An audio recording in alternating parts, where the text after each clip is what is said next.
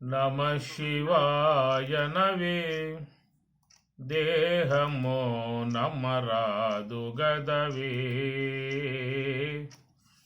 నమ శివాయనవే దేహమో నమ్మరాదు గదవే బొమ్మలలోని ఎన్నిక జూచి నమ్మికైన గణవే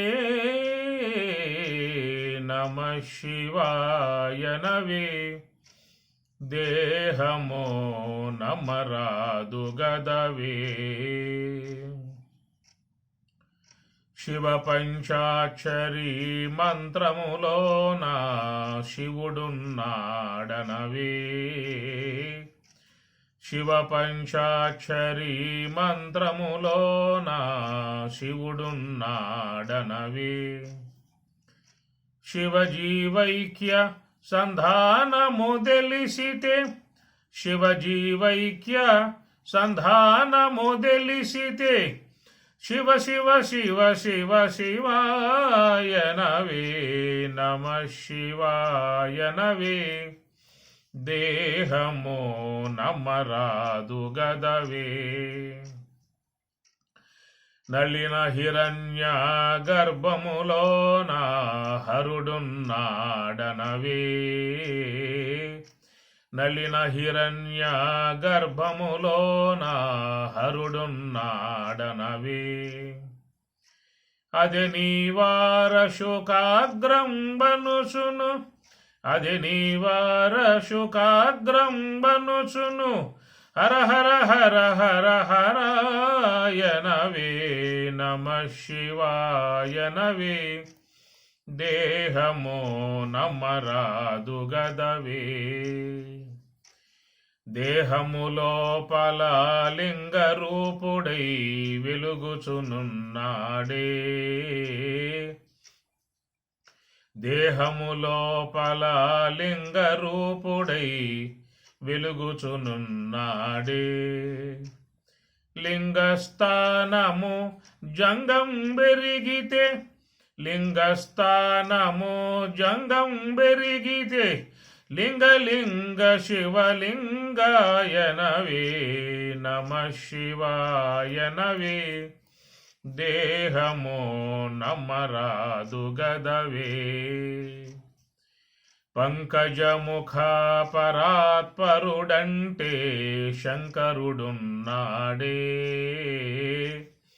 పంకజముఖ పరాత్పరుడంటే శంకరుడున్నాడే చక్కని గుహలో సాక్షి రూపుడై చక్కని గుహలో సాక్షి రూపుడై దిక్కు దిక్కు నాల్దిక్కులు చూచు నమ శివాయనవే దేహమో నమ్మరాదు గదవే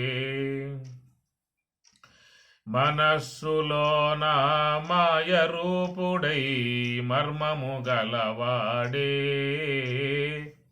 మనస్సులోపల మాయ రూపుడై మర్మము గలవాడే మనసే అతడని మర్మం బెరిగితే మనసే అతడని మర్మం బెరిగితే మహదేవ మహదేవ మహదేవాయని నమ శివాయనవే దేహమో నమ్మరాదు గదవే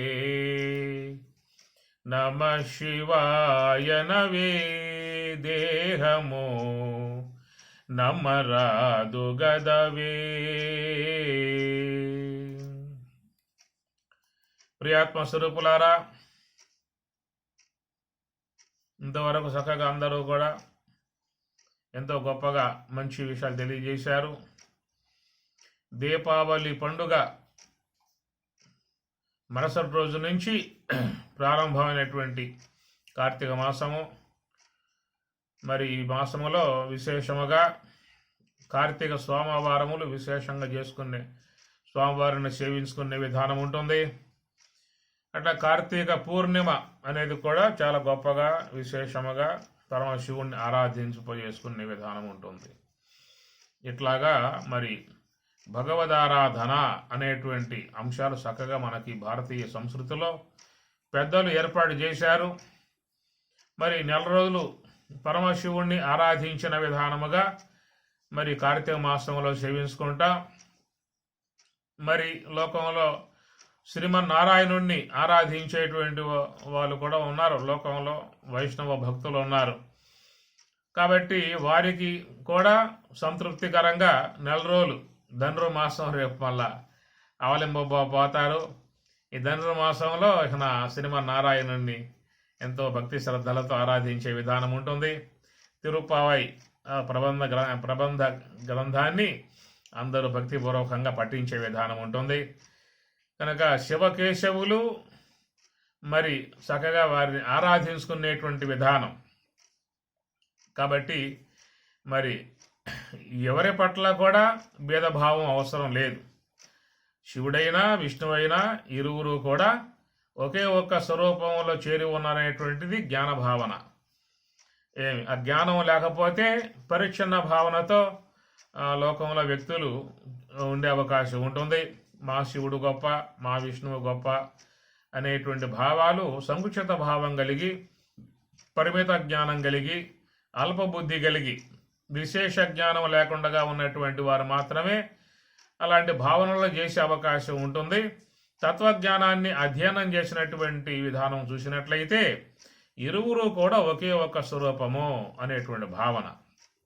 భగవద్గీత కూడా ఆదిత్యానాం అహం విష్ణు, రుద్రానాం శంకరస్యాస్మి, అహం అస్మి, అహం శివ అస్మి, అహం విష్ణు అస్మి అని చెప్పని శివకేశవులలో అభేద భావాన్ని బోధించే విధానంగా భగవద్గీత చేస్తూ ఉన్నది. శివాయ విష్ణు రూపాయ శివరూపాయ విష్ణవే, శివశ్చ హృదయం విష్ణు, విష్ణుశ్చ హృదయం శివ అని చెప్పని కూడా స్తుతులు బోధిస్తున్నటువంటి విధానము. కనుక ఆ ప్రకారముగా మరి భక్తి భావన శీలించేటువంటి వారు దేవతల పట్ల సంకుచిత భావాలు లాంటివి ఉండకూడదు. నువ్వు శివుణ్ణి ఆరాధించు, విష్ణువుని ఆరాధించు. కార్తీక మాసం అంతా కూడా శివుని ఆరాధించి ధనుర్మాసం వచ్చిన తర్వాత విష్ణువుని ఆరాధించకపోవడం అనేటువంటిది ముఖ్యంగా ఉండకూడదు. ఇది వైష్ణవులు, మేము వైష్ణవులము అనేటువంటి ఒక ముద్ర వేసుకుని ఉన్నటువంటి వాళ్ళు మాత్రమే మేము శివుణ్ణి ఆరాధించము, మేము విష్ణువుని మాత్రం ఆరాధిస్తాం అనేటువంటి భావన ఉంటుంది. అలాంటివన్నీ కూడా తత్వజ్ఞాన అధ్యయనం చేయకపోవడం కారణముగా సంకుచిత భావాలు వచ్చే విధానం ఏర్పడుతుంది. కనుక శివుడైనా విష్ణువైనా అందరూ కూడా భగవత్ స్వరూపంలో ఉన్నటువంటి మరి తత్వ విధానము ఏమి ఓం తద్బ్రహ్మ, ఓం తద్వాయు, ఓం తదాత్మ, ఓం తత్సత్యం, ఓం తత్సర్వం, ఓం తత్పురోర్నమః అని మనకి మంత్రపుష్పంలో కూడా ఆ మాటలు మనకు వస్తూ ఉంటాయి. విష్ణుత్వం, రుద్రత్వం, బ్రహ్మత్వం, ప్రజాపతి అనేటువంటి విధానముగా మరి అందరూ కూడా ఒకే ఒక్క స్వరూపంలో చేరి ఉన్నటువంటి విధానము. అదే బ్రహ్మం, అదే విష్ణువు, అదే రుద్రుడు, అదే సర్వేశ్వరుండు, అదే పరంజ్యోతి అనుచు అని మనకి నారాయణ శతకంలో వచ్చేటువంటి పద్యాలు. అదే బ్రహ్మం, అదే విష్ణువు, అదే రుద్రుడు. అది అనగా బ్రహ్మమే, ఆ శుద్ధ బ్రహ్మమే వివిధ రూపాలలో ఆయన భాషిస్తున్నటువంటి విధానం. సమస్త దేవతా రూపాలలో ఆ బ్రహ్మమే భాషిస్తున్న విధానం. కాబట్టి కనుక బ్రహ్మ భావన కలిగి బ్రహ్మ జ్ఞానాన్ని అధ్యయనం చేసేటువంటి వారు సమస్త దేవతల యందు భక్తి భావన కలిగి వాళ్ళని సేవించే విధానమే ఉంటుంది. భాగవతంలో కూడా మరి చెప్తున్న విషయం, కలడం బోధి కలండు గాలి కలడాకాశంబునన్ కుంభినిన్ కలడగ్నిన్ దిశలన్ పగల్ల నిశలన్ కద్యోత చంద్రాత్మలన్ కలడు ఓంకారంబునన్ త్రిమూర్తులు అని చెప్పి నేను భాగవతం బోధిస్తూ ఉన్నది.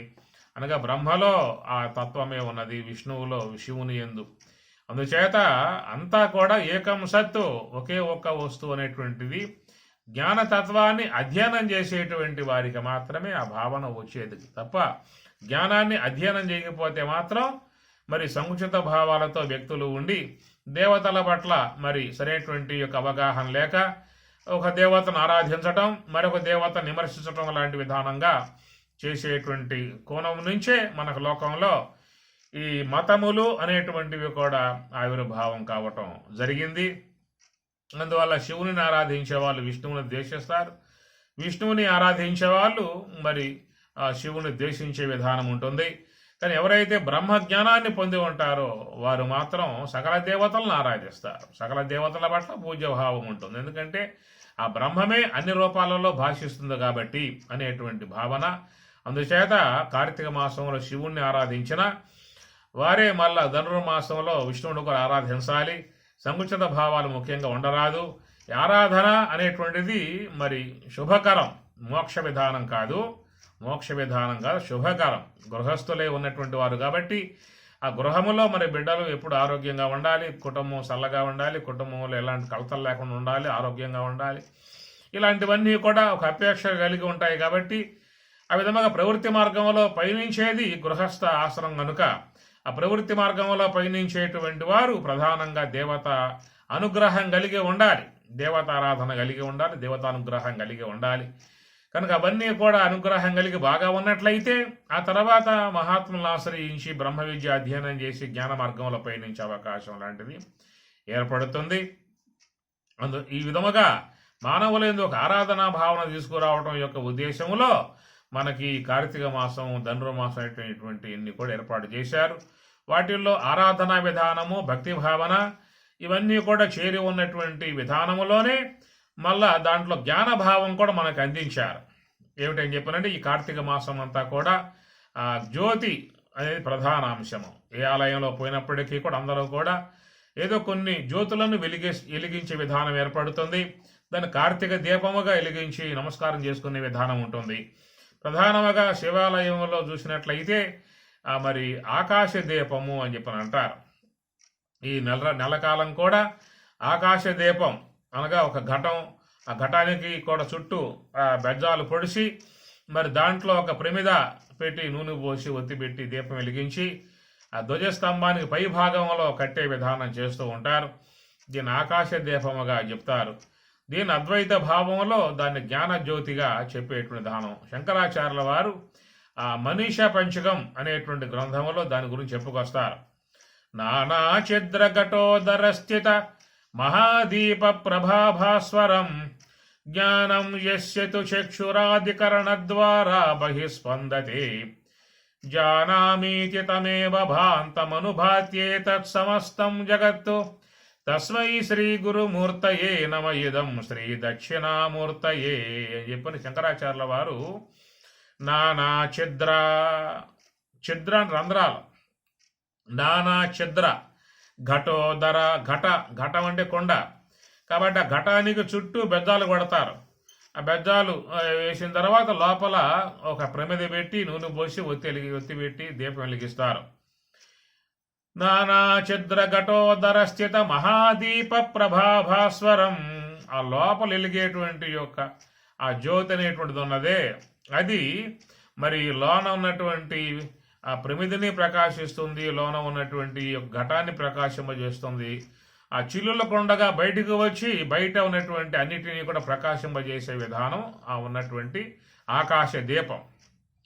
నానా ఛిద్ర ఘటోదర స్థిత మహాదీప ప్రభాభాస్వరం ఆ విధముగా జ్ఞానం యస్యతు చక్షురాదికరణ ద్వారా బహిస్పందతే అని ఉదాహరణ చెబుతూ మన ఈ బ్రహ్మాండ స్థలం కంఠం నుండి పైభాగం అంతా కూడా బ్రహ్మాండ స్థలము అంటారు. ఈ స్థలము కూడా ఘటంలాగా ఇక్కడ శంకరాచార్యులు పోల్చారు. ఎట్లయితే ఘటానికి రంధ్రాలు ఉన్నాయో రంధ్రాలకు ఉండగా ఆ ప్రకాశం బయటకు వచ్చి బయట ఉన్నటువంటి ప్రకాశింపజేస్తుందో అట్లాగా ఈ యొక్క కంఠం యొక్క పై భాగం ఉన్నటువంటి ఈ యొక్క శిరోభాగం ఈ బ్రహ్మాండ స్థలమే ఘటముగా పోల్చాడు. ఈ ఘటముకు ఉన్నటువంటి యొక్క రంధ్రములు ఏమిటి? రంధ్రాలు అంటే నేత్రేంద్రియము, శ్రోత్రేంద్రియము, ఘ్రాణేంద్రియము, జహ్వేంద్రియం అనబడేటువంటి ఈ పంచరంధ్రాలు అనేటువంటివి ఉన్నాయి కదా. మరి ఈ ఘటం లోపల ప్రకాశమానముగా ఆత్మజ్యోతి ఉన్నది, ఆత్మ ప్రకాశం ఉన్నది.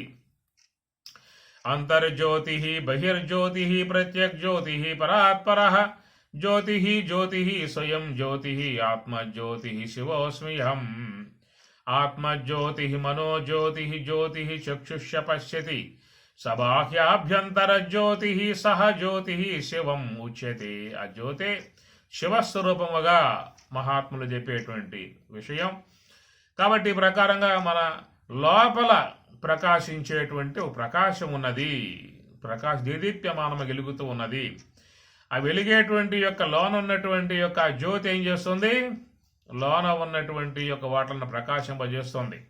ఎట్లయితే ఘటములో ఉన్నటువంటి యొక్క జ్యోతి ఆ ఘటము లోపల ఆవరణాన్ని ప్రకాశింపజేస్తుంది, ఆ ఘటము లోపల ఉన్న ప్రమిదను ప్రకాశింపజేస్తుంది, నూనెను ప్రకాశింపజేస్తుంది, ఆ ఘటం లోపల ఉన్నవి ప్రకాశింపజేస్తుంది, ఆ ఘటం యొక్క బెజ్జాల కొండగా బయటకు వచ్చి బయట ఉన్నటువంటి వాటిని కూడా ప్రకాశింపజేస్తున్నది అనేటువంటి మాట ఉదాహరణ.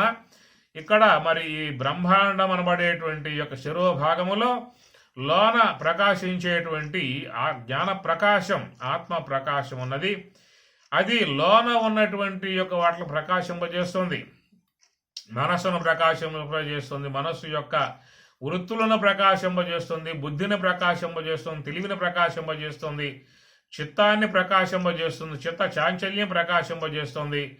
కనుక బుద్ధిలో వచ్చే నిశ్చయ వృత్తులు ప్రకాశింపజేస్తుంది, మనో వృత్తులు ప్రకాశింపజేస్తుంది, మనసులో కలిగేటువంటి గుణాలను కూడా ప్రకాశింపజేస్తుంది. కనుక లోన ఉన్నటువంటివన్నీ కూడా ప్రకాశింపజేసే విధానముగా ఉన్నది. ఇప్పుడు స్వప్నావస్థలో ఉన్నప్పుడు స్వప్న పదార్థాలు ఏవైతే ఉన్నాయో అవన్నీ కూడా ఆత్మ ప్రకాశంలో ప్రకాశింపబడేటువంటివిగా ఉన్నాయి. అనగా ఈ బయట ఉన్నటువంటి యొక్క వ్యావహారిక వస్తువులు, ఈ పంచభూతాత్మిక విశ్వ పదార్థాలు అనేటువంటివన్నీ కూడా సూర్య ప్రకాశముతో ప్రకాశింపజేయబడేటువంటివిగా ఉండగా, మరి లోన ఉన్నటువంటి ఆ ప్రాతిభాషిక విశ్వముగా పిలిచేటువంటి స్వప్న జగత్తుని, ఆ స్వప్న పదార్థాలను ప్రకాశింపజేసేటువంటి యొక్క సూర్యుడుగా ఎవరున్నారు అని చెప్పనంటే దాన్నే సాక్షి భాష్యము అని చెప్పనంటారు. ఆత్మ ప్రకాశములో ఆ స్వప్న ప్రపంచమంతా కూడా ప్రకాశింపజేయబడుతూ ఉన్నది. ఈ వ్యావహారిక ప్రపంచమేమో సూర్యుని ద్వారా ప్రకాశింపజేయబడుతూ ఉంటే ఆ విధముగా ఉన్నటువంటి యొక్క విశ్వ జగత్తుని మరి బయట లోపల ఉన్నటువంటి యొక్క ఆ జ్యోతి ఇంద్రియాలకు ఉండగా బయటికి వచ్చి ఈ నేత్రేంద్రియం ద్వారా శబ్దాలని, నేత్రేంద్రియం ద్వారా దృశ్యాలు, శ్రోత్రేంద్రియం ద్వారా శబ్దాలను అన్నింటినీ కూడా ప్రకాశింపజేసేదిగా లోపల ఉన్నటువంటి జ్యోతి అన్నమాట.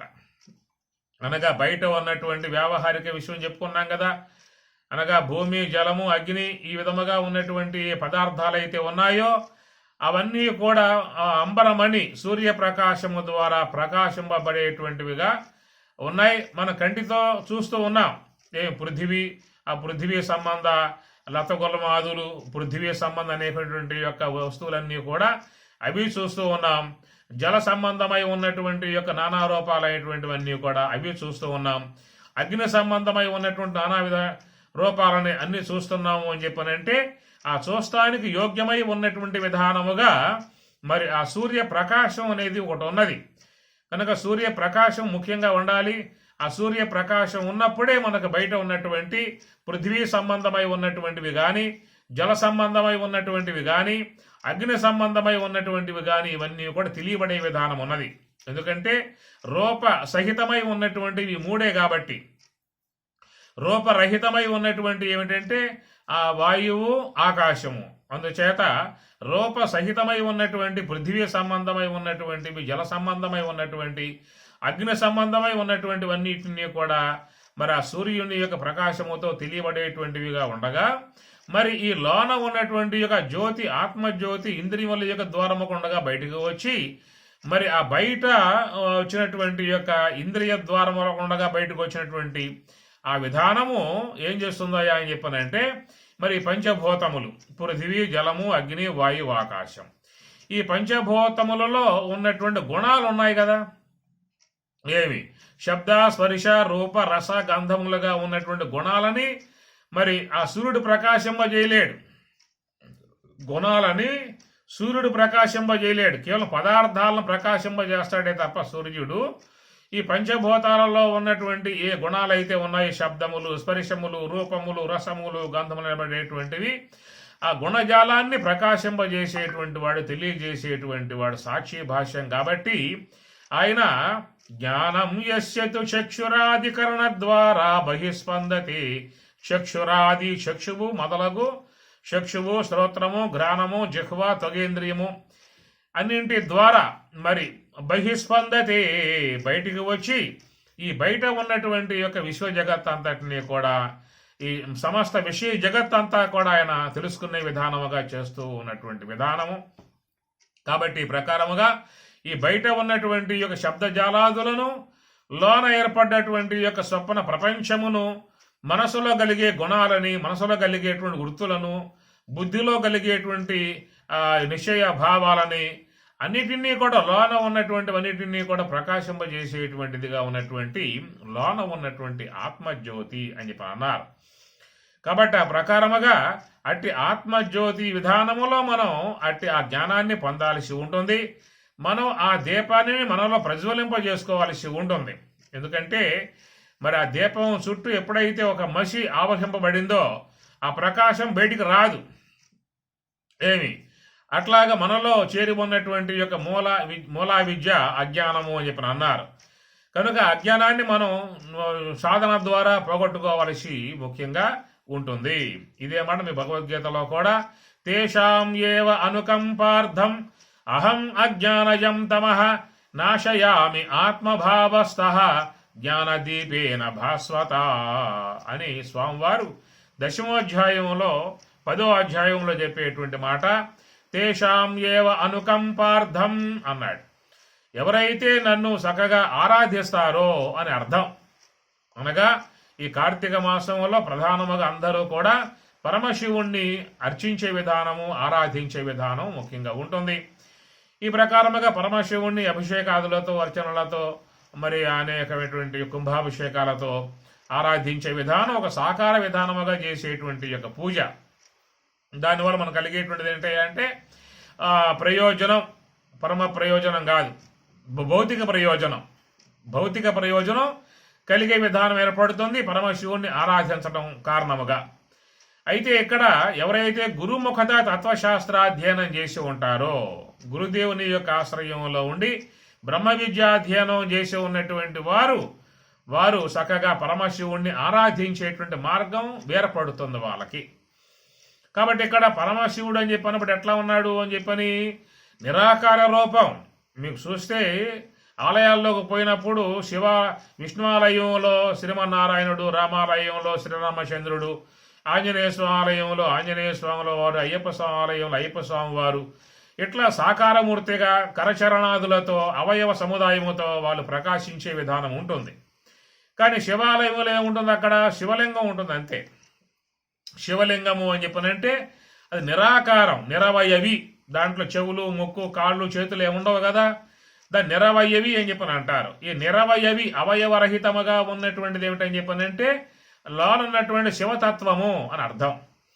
కనుక అవయవ సహితమై ఉన్నటువంటి విధానం దేనికి చెబుతారు? స్థూల దేహానికి. స్థూల దేహము అవయవ సహితమై ఉన్నది. కాళ్ళు, చేతులు, ముక్కు, నోరు, కన్ను, తలకాయ, పొట్ట, గిట్ట ఉన్నాయి కాబట్టి అవయవ సహితము అని చెప్పని అంటారు. అట్లా సూక్ష్మదేహం కూడా అవయవ సహితమే. ఎందువల్ల ఇంద్రియాత్మకం కాబట్టి సూక్ష్మదేహం. కనుక జ్ఞానేంద్రియములు, కర్మేంద్రియములు, అంతరేంద్రియాలు కలిగి ఉన్నటువంటి యొక్క సూక్ష్మదేహం కూడా అవయవ సహితమే. అంటున్నారా? అయితే జీవుడి విషయం చూడండి, అవయవరహితుడు. మళ్ళా అది జీవుడి విషయం చూస్తే మీరు అవయవరహితం. సూక్ష్మదేహము అవయవ సహితం, స్థూల దేహము అవయవ సహితం. కారణం ఏంటంటే మరి స్థూల దేహ పంచీకరణ అన్నారు, సూక్ష్మదేహ పంచీకరణ అని చెప్పి అన్నారు. అట్లా కారణదేహ పంచీకరణ అన్నారా లేదా? అనలేదా? కారణదేహ పంచీకరణ అని అన్నారా? మహాకారణ పంచీకరణ అని అన్నారా? జీవ పంచీకరణ అని చెప్పి అన్నారా? ఆత్మ పంచీకరణ అని చెప్పి అన్నారా? ఆడదాకా లేవు మీకు. పంచీకరణ అని చెప్పి అన్నప్పుడు స్థూలదేహ పంచీకరణ, సూక్ష్మదేహ పంచీకరణ. ఏమిటంటే ఈ తామసికం యొక్క అంశముతో స్థూలదేహ పంచీకరణ, రాజసిక, సాత్విక ఈ రెండింటి గుణాల యొక్క విధానంలో సూక్ష్మదేహ పంచీకరణ. ఉన్నాయి 3 గుణాలు. కాబట్టి 3 గుణాల విధానములో తామసికముతో స్థూలదేహ అవయవ సముదాయం ఏర్పడింది. రజోగుణం సాత్వికములతో సూక్ష్మదేహ అవయవ సముదాయం ఏర్పడింది. గుణాలు 3 కదా, 4వ గుణం ఉంటే అట్లా కారణదేహ పంచకరణ ఏర్పడేదేమో, 5వ గుణం ఉంటే జీవుని యొక్క పంచకరణ ఏర్పడి ఉండేదేమో, ఇంకా 6వ గుణం ఉంటే ఆత్మ పంచకరణ ఏర్పడి ఉండేదేమో. అవి లేవు కదా, ఉన్నాయి 3 గుణాలే. ఈ 3 గుణాలని స్థూల దేహమే ఒక గుణం పంచుకున్నది, సూక్ష్మదేహం 2 గుణాలను పంచుకుంది. కాబట్టి ఫినిష్ అయిపోయింది. ఇక పంచకరణ అయ్యే మార్గాలు లేవు. అందువల్ల మీకు స్థూలదేహ విషయము అవయవ సహితము, సూక్ష్మదేహ విషయము అవయవ సహితము. అవయవ రహితముగా ఉన్నది ఏమిటని చెప్పానంటే జీవుడు. అవయవ రహితమై ఉన్నటువంటిది ఎవరని చెప్పానంటే ఈశ్వరుడు. అవయవ రహితమై ఉన్నటువంటిది ఏంటంటే శుద్ధ బ్రహ్మము. కనుక వాటి అవయవాలు లేవు, ఇక నిరవయవి అనే విధానం. అట్లాగా జీవునికి ఆకారం చెప్పే అవకాశం ఉంటుంది. ఏమన్నా ఆర్ట్ వేస్తారా? జీవుని విషయం ఆర్ట్ వేస్తారా? వేసే అవకాశం లేదు. కాబట్టి జీవో దేవ సనాతన, జీవుడే ఈశ్వరుడు. శివజీవైక్య సమాధియందు అనే మాట మనకు సంవాదంలో వచ్చేటువంటి విషయము. కాబట్టి శివుడు అవయవరహితుడే, జీవుడు అవయవరహితుడే. కాబట్టి జీవుడు ఉన్నటువంటి స్థలం ఎక్కడ అంటే కారణదేహ స్థలం, అగ్ని స్థలము అని చెప్పినన్నా. ఈశ్వరుడు ఉన్నటువంటి స్థలం మహాకారణ స్థలము అని చెప్పినన్నా. ఏమి కాబట్టి ఈ ప్రకారంగా మనము ఆరాధించాల్సింది జీవుణ్ణి ఆరాధించాలా, ఈశ్వరుణ్ణి ఆరాధించాలా? ఈశ్వరుణ్ణి. కాబట్టి మోక్షాన్ని పొందాలని అపేక్ష ఉన్నట్లయితేనేమో ఆ యొక్క ఈశ్వరుణ్ణి ఆరాధించాలి. లేదు మళ్ళా లోకంలో జన్మించాలని అపేక్ష ఉంటేనేమో జీవుణ్ణి ఆరాధించాలి. మరలా పుట్టాలి, పెళ్ళిళ్ళు చేసుకోవాలి, పిల్లల్ని కనాలి, వాళ్ళు పెద్దవాళ్ళు చేయాలి, వాళ్ళు చదివించాలి, వాళ్ళు పెళ్ళిళ్ళు చేయాలి, ఆ కోడళ్ళు వస్తారు, ఇట్లా మనవలు పడతారు, ఇలాంటివన్నీ కావాలని చెప్పి అన్నట్లయితే ఈశ్వరుణ్ణి ఆరాధించాలా, జీవుణ్ణి ఆరాధించాలా? జీవుణ్ణి ఆరాధించాలి. కామాత్మాన స్వర్గపర జన్మ కర్మ ఫలప్రదాం క్రియా విశేష బహుళాం భోగైశ్వర్య గతిం ప్రది అనే విధానముగా ఆ జీవుని యొక్క విధానములో మరి అలాంటి విధానం ఉంటుంది. కాబట్టి జీవుణ్ణి ఆరాధించే విధానం ఏమి లేదు. జీవుడు ప్రస్తుతం ఆ మార్గంలోనే పయనిస్తూ ఉన్నాడు. ఇంకా ప్రత్యేకంగా ఆరాధించే ధ్యానం అవసరం లేదు. కనుక జీవుడు పోతున్నదే ఈ జన్మ పరంపరా విధానాన్ని సంపాదించుకోవటానికి గల మార్గాలలో అనేక విధాయకాలుగా వాడు ఆ విధముగా పోతా ఉన్నాడు. ఎవరైతే ఈ జ్ఞానజ్యోతిని సాధించుకొని జ్ఞానజ్యోతిని సంపాదించుకొని పరమాత్మ జ్ఞానజ్యోతి ప్రసాదిస్తా అని చెప్పి అంటున్నాడు. కాబట్టి ఇప్పుడు కదా పరమాత్మ గీతలో సర్వేశ్వరుడు ఏమన్నాడు?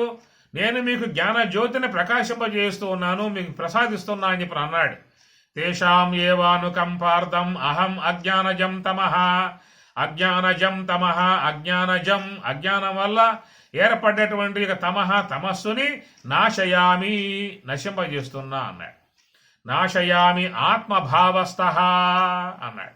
ఆత్మభావస్థః ఎవరైతే ఆత్మభావన బ్రహ్మభావన పొందుతారో అలాంటి బ్రహ్మభావన పొందినటువంటి వారిలో మరి ఆ జ్ఞానదీపేన భాస్వత, జ్ఞానదీపాన్ని ప్రజ్వలింపజేయించి జ్ఞానదీపాన్ని వెలిగింపజేసి వాళ్ళల్లో అనాదిగా జన్మ పరంపరలోకి హేతువుగా ఉన్నటువంటి అనాదిగా ఉన్నటువంటి యొక్క అజ్ఞాన అంధకారాన్ని అజ్ఞాన తమస్సుని నాశయామి, నశింపజేస్తున్నా అని చెప్పి అన్నాడు. కాబట్టి ఈ ప్రకారంగా మనలో ఉన్నటువంటి యొక్క అజ్ఞానం నశింపజేసి జ్ఞాన జ్యోతి యొక్క ప్రకాశములో ఆత్మభావస్థః బ్రహ్మభావన పొందటానికి యోగ్యమై ఉన్నటువంటి విధానములో పరమశివుణ్ణి ఎవరైతే ఆరాధిస్తారో, కాబట్టి పరమశివుణ్ణి ఆరాధించటము అనేటువంటి యొక్క మాట ఏం చెప్పుకోవాలి? గురుదేవుడు మనకి చెప్పేటువంటి యొక్క బోధలోపల వచ్చేటువంటి పరమార్థము, ఆయన ఇచ్చేటువంటి యొక్క బ్రహ్మోపదేశము ద్వారా కలిగేటువంటి యొక్క చక్కటి మార్గ విధానము. కనుక పరమశివుణ్ణి ఆరాధించేటువంటి యొక్క మార్గాన్ని ప్రబోధింపజేసేది ఒక సద్గురుడు, జగద్గురువు మాత్రమే మనకు అలాంటి మార్గాన్ని చెప్పే అవకాశం ఉంటుంది. కనుక గురువులను ఆశ్రయించకుండా, జగద్గురువుని ఆశ్రయించకుండా, మహాత్ముల యొక్క ఆశ్రయాన్ని పొందకుండా మరి కేవలం అజ్ఞానంలో ఉన్నటువంటి వారు, ప్రాపంచిక విషయాలలో ఉన్నటువంటి వారు, ఇంద్రియ లోలులై ఉన్నటువంటి వారు, రాగద్వేషములను కలిగి ఉన్నటువంటి వారు, ఈ పామరత్వంతో జీవితాన్ని జీవిస్తూ ఉన్నటువంటి వారి విధానములో మనకి ఏంటంటే ఈ బాహ్య ఆరాధనలు అనేటువంటివన్నీ కూడా ఒక సాంసారిక విధానములో ప్రవృత్తి మార్గంలో పయనించేటువంటి వారికై ఉన్నటువంటిది. అక్కడ సుఖభోగములు, ఐశ్వర్యములు, సుఖశాంతులు అపేక్షించి చేసేటువంటివి కాబట్టి అవి సకామ్య సంబంధముగా ఉండేటువంటి యొక్క విధానము. ఇక్కడ జ్ఞాన జ్యోతిని ప్రజ్వలింపజేసుకుని ఆత్మానుభవాన్ని పొందేటువంటి విధానముగా పయనించేటువంటి వారికి మరి ఎక్కడయ్యా ఈశ్వరుడు ఉన్నది అని చెప్పనంటే మహాకారణ స్థలమునందు సర్వేశ్వరుడు కొలువై ఉన్నాడు, ప్రాణపతిగా ఉన్నాడు, సమస్త జీవులను బతికించేవాడుగా ఉన్నాడు. ఈశ్వర సర్వభూతానాం హృద్దేశే అర్జున తిష్టతి బ్రాహ్మయన్ సర్వభూతాని యంత్రారూఢాని మాయయా అని గీతలో చెప్పినట్లుగా ఈశ్వర సర్వభూతాన హృద్దేశే అర్జున, సర్వేశ్వరుడు కేవలం ఆలయంలో మాత్రమే కదయ్యా ఉన్నది, ఆయన సర్వవ్యాపకమై ఉన్నాడు. సర్వవ్యాపకమై ఉన్నటువంటి యొక్క ఈశ్వరుడు ప్రతి ప్రాణి హృదయ కమలమునందు ఆయన నివాసమై ఉన్నటువంటి వాడు. ఆ విధముగా ప్రతి శరీరములో ఈశ్వరుడు ఉన్నటువంటి వాడై ఆయన ఏం చేస్తూ ఉన్నాడు? బ్రాహ్మయం సర్వభూతాని, సమస్త భూతములు కూడా బ్రాహ్మయం నడిపిస్తూ ఉన్నాడు, వ్యవహరింపజేయిస్తూ ఉన్నాడు. కారణం ఏంటంటే ఆయన చేతిలో ఈ శ్వాస అనేటువంటిది ఉన్నది కాబట్టి సకల జీవులు కూడా వ్యవహరించడానికి యోగ్యంగా ఉన్నాయి. ఆయన చేతిలో ఈ శ్వాస ఉన్నది కాబట్టి సకల జీవులు కూడా చక్కగా వాళ్ళ వ్యవహారములు చేసుకునే విధానముగా ఉన్నారు. ఎప్పుడైతే పరమశివుడు ఆ శ్వాస కాస్త వదిలిపెట్టేశాడో ఇక ఆ పూటతో అంతిమయాత్ర వాళ్ళకి ఆరంభం చేయబడుతుంది. కాబట్టి ఈ ప్రకారముగా ప్రాణపతిగా మనలో ఉన్నటువంటి ఈశ్వరుడు, ఆ ప్రాణములు పట్టుకుని సంచారం చేయించే ఈశ్వరుడు, ఆ ఈశ్వరుణ్ణి మనం ఆరాధించాలని చెప్పినట్లయితే ఆయన ఏ యొక్క ప్రాణములు పట్టుకుని ఆడిస్తూ ఉన్నాడో నీవు ఆ ప్రాణములను ఆశ్రయించు చాలు. అందిందా మార్గం? ఏమి ఆయన ఏ యొక్క తాడు పట్టుకున్నాడో నీవు కూడా ఆ తాడే పట్టుకో చాలు, ఎగబాగుతావు అప్ప పైకి. ఏమి కాబట్టి ఆ తాడు ఆయన చేతుల్లో ఉంది కాబట్టి ఆ తాడు నువ్వు పట్టుకున్నావు అనుకో, ఎగబాకి ఆ పరమశివుణ్ణి ఆరాధించి పరమశివ తత్వాన్ని పొంది ఆ పరమశివుని ద్వారా నీవు జ్ఞాన జ్యోతిని పొంది లోనటువంటి యొక్క బ్రహ్మము యొక్క భావన పొందే అవకాశం నీకు ఏర్పడుతుంది అనేటువంటి విధానముగా మనకేంటంటే ఆ ధ్వజస్తంభానికి పై భాగములో ఉంటుంది. ఏమిటని చెప్పని ఆ యొక్క దాన్ని ఏమంటారు? ఆకాశ దీపము అన్నారు. చిదాకాశ దీపం. అది బయట ఉంటేనేమో అది ఆకాశ దీపము, అది మనలో ఉంటేనేమో చిదాకాశ దీపం అన్నమాట. చిత్ అంటే స్వప్రకాశం కదా, కాబట్టి మనలో చెప్పితేనేమో చిదాకాశ దీపము, బయట చెబితేనేమో ఆకాశ దీపం. ఎందువల్ల ఈ విధంగా పెట్టడం కారణం అని చెప్పానంటే నాయన నీ లోపల ఉందాయా ఆ ధ్వజస్తంభం యొక్క పై భాగంలో ఉన్నటువంటి ఆకాశ దీపము. నువ్వు ధ్వజస్తంభం ఎగబాకాలి. ఏమి ధ్వజస్తంభం అంటే ఇక్కడ అంశ, ధ్వజ అంటే రెండవ పుట్టుక, ధ్వజ రెండవ పుట్టుక అని చెప్పిన అర్థం వస్తుంది. ప్రథమ జ అంటే హంస, ధ్వజ రెండవ పుట్టుక సోహం అని చెప్పని ఈ సోహం యొక్క మార్గములో నివృత్తి మార్గములో ఉన్నటువంటి వారు మాత్రమే మరి ఆ అంతర్జ్యోతిని పొందే అవకాశం ఏర్పడుతుంది. గమనించాలి ఇక్కడ విషయాలు.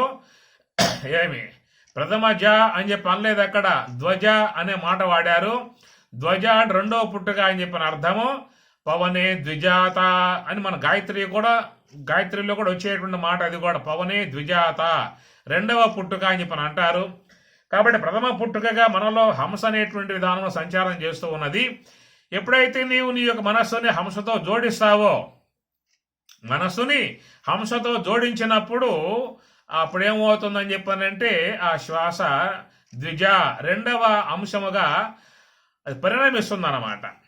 అనగా నీ యొక్క మనస్సుని ఇంద్రియాలతో సంబంధం పెట్టి ఉన్నంతకాలం నీకు అది శ్వాసగానే ఉంటుంది. ఆ శ్వాసగా ఉండి నీ యొక్క ఆయువంతా కూడా తరిగింపజేసే విధానముగా ఉంటుంది. ఎప్పుడైతే నీవు ఆ యొక్క ఇంద్రియాల వెంబటే పోయే మనస్సుని గురువు యొక్క అనుగ్రహముతో ఆ హంస యొక్క మార్గములో పోయే విధానముగా చేశావో అప్పుడు ఈ హంస అనేటువంటి తన యొక్క రూపాంతరం మార్చుకుని సోహముగా పరిణమిస్తుంది. కాబట్టి దాన్ని ధ్వజ అంటారు. ఆ ధ్వజ సంబంధం ధ్వజస్తంభం అని చెప్పిన మాటగా వాడారు. కనుక ఇంద్రియాలతో పోతున్నావా, అది ప్రథమజ హంస. సోహము యొక్క ఆశ్రయంలో ఉన్నావా, అదేమవుతుంది ధ్వజ స్తంభం అవుతుంది అన్నమాట. కాబట్టి ప్రథమజ హంసగా ఉందనుకోండి, ఇంద్రియాల వెంబటే పోతున్నావు అనుకో, హంస యొక్క ఆశ్రయం లేకుండా ఇంద్రియాలతో పోతున్నటువంటి విధానముగా నీ ఉన్నప్పుడు ఏమవుతుంది చెప్పండి? అప్పుడు నీకేమవుతుందని చెప్పనంటే, మరి ఆ ధ్వజస్తంభానికి కింద ఉన్నటువంటి కాలభైరవుడు, ఆ పక్క ఉన్నటువంటి బలిపీఠం, ఈ రెండు వానికి వర్తిస్తాయన్నమాట. ఎవరైనా కాలభైరవుడికి చెక్కి ఆ బలి కావాలని చెప్పి అన్నట్లయితే వాళ్ళందరూ కూడా మరి ప్రకారముగా ప్రథమజగా ఉన్నటువంటి హంస యొక్క విధానంలో పయనించే విధానం. లోకమంతా పనే చేస్తూ ఉన్నది. ఏమి లోకమంతా చేస్తున్న పనేమిటి? ఆ కాలభైరవుడు కింద పక్కన బలిపీయటం, అంతే కదా, గుదిర సమంగాడ. కనుక ఈ విధముగా ప్రవృత్తి మార్గంలో పయనించేటువంటి వారై కాలభైరవునికి చిక్కి, కాలానికి చెక్కి ఒక్కొక్క శ్వాస పోగొట్టుకుని వాళ్ళు చివరికి యొక్క దేహాన్ని బలి తీసుకోవడం, జీవితాన్ని బలి తీసుకోవడం అనేటువంటిది అవుతుంది. కాబట్టి ఆ విధంగా కాకుండా గురువు యొక్క ఉపదేశాన్ని అనుసరించి మనసుని హంస యొక్క ఆశ్రయంలో పెట్టినట్లయితే వాళ్ళు ఊర్ధ్వగాములై పయనించి ఆకాశ దీపముగా ఉన్నటువంటి ఆ చిదాకాశ జ్ఞాన దీపాన్ని, జ్ఞాన జ్యోతిని వాళ్ళు చేరి దాని ద్వారా చిత్స్వరూపముగు బ్రహ్మమును పొంది వాళ్ళు తరించే అవకాశం అనేటువంటిది ఏర్పడుతుంది. ఇలాంటి యొక్క విధానముగా జ్ఞాన జ్యోతిని సంపాదించుకుని ఆ జ్ఞాన జ్యోతి ద్వారా ఆ బ్రహ్మతత్వానుభవాన్ని పొందాలని చెప్పి అన్నట్లయితే ప్రధానముగా మనం చేయాల్సిన పని ఏమిటని చెప్పనంటే, ఈ కార్తీక మాస విధానములో పరమశివుణ్ణి ఆరాధించుట అని అర్థం. పరమశివుడు అని చెప్పి అన్నప్పుడు మనలో ఉన్నటువంటి నిరవయవిగా ఉన్నటువంటి యొక్క మరి ఆ మాయాపతిగా ఉన్నటువంటి మహాకారణములో ఉన్నటువంటి శ్వాసకు అధిపతిగా ఉన్నటువంటి సకల జీవులకు ప్రాణపతిగా ఉన్నటువంటి కాలస్వరూపుడై ఉన్నటువంటి ఆ యొక్క హంస యొక్క విధానములో ఆ హంస పట్టుకుని ఆడించేటువంటి సర్వేశ్వరుణ్ణి హంస యొక్క ఆశ్రయం ద్వారా ఉండి సర్వేశ్వరుణ్ణి సేవించినట్లయితే, ఈశ్వరారాధన చేసినట్లయితే వారు చక్కగా అంతర్ముఖులై పయనించి అజ్ఞానాంధకారాన్ని పోగొట్టుకుని ఆకాశ దీపాన్ని ప్రజ్వలింపజేసుకుని దాని ద్వారా ఆత్మ యొక్క బ్రహ్మభావన వాళ్ళు పొంది తరించే విధానం అనేటువంటిది వాళ్ళకు ముఖ్యంగా ఏర్పడుతుంది. ఇలాంటి పరమార్థ అంశాన్ని మనకు అంతర్గతంగా నిక్షిప్తం చేసి మహాత్ములు ఈ యొక్క భక్తి భావన మనకి పెంపొందింపజేశారు. కాబట్టి భక్తి భావనతో పయనించేటువంటి వారు ఎప్పటికైనా జ్ఞాన భాగంలోకి రావాల్సి ఉంటుంది. జ్ఞానాదేవత కైవల్యం కనుక ఈ భక్తి భావంలో ఉన్నంతకాలం కామ్య భావాలతో పోతారు. ఎప్పుడైతే గురువు ద్వారా తత్వజ్ఞాన అధ్యయనం చేస్తారో అలాంటి వారు మరి మన శరీరములో ఉన్నటువంటి పరమశివుణ్ణి ఆరాధించి ఆత్మ జ్యోతిని, ఆ జ్ఞాన జ్యోతిని వాళ్ళు పొంది దాని ద్వారా బ్రహ్మభావన పొంది తరించే అవకాశం అనేటువంటిది ఏర్పడుతుంది అనేటువంటి భావన తెలియజేసుకుంటూ మరి ఈనాటి ఆ కార్తీక మాస విధానములో అందరూ భక్తి భావంతో పరమశివుణ్ణి ఆరాధించేటువంటి వారు ఉంటారు. కాబట్టి ఇలాగా గురువులు బోధించేటువంటి, మహాత్ములు బోధించేటువంటి నివృత్తి మార్గ విధానాన్ని పరమశివుణ్ణి మనలోనే ఆరాధించి మోక్షాన్ని పొందే విధానముగా పయనించాల్సి ఉంటుంది. అలాంటి శక్తిని, భక్తిని జగద్గురు లక్ష్మణార్యులు, మహాత్ములు, యతీశ్వరులు, సాధువులు, పరివ్రాజకులు, విద్వసతములు, ఋషీశ్వరులు, ఆ సకల దేవతలు అందరూ కూడా మరి ఇలాంటి యొక్క భావన ప్రసాదించి జన్మ సార్థకం చేసుకునే విధానముగా మన మనస్సు నడిపించి ఈ జన్మలోనే మోక్షాన్ని పొందే విధానముగా అందరూ కూడా వారి యొక్క ఆశీర్వాదములు, సహకారములు అందించి మనల్ని కాపాడుగాక అని చెప్పని కోరుకుంటూ, ఓం సహనా భవతు సహనౌ భునక్తు సహ వీర్యం కరవావహై తేజస్వినావధీతమస్తు మా విద్విషావహై. ఓం శాంతి శాంతి శాంతి. హరి ఓం తత్సతు. శ్రీ గురుభ్యో నమః. హరి ఓం.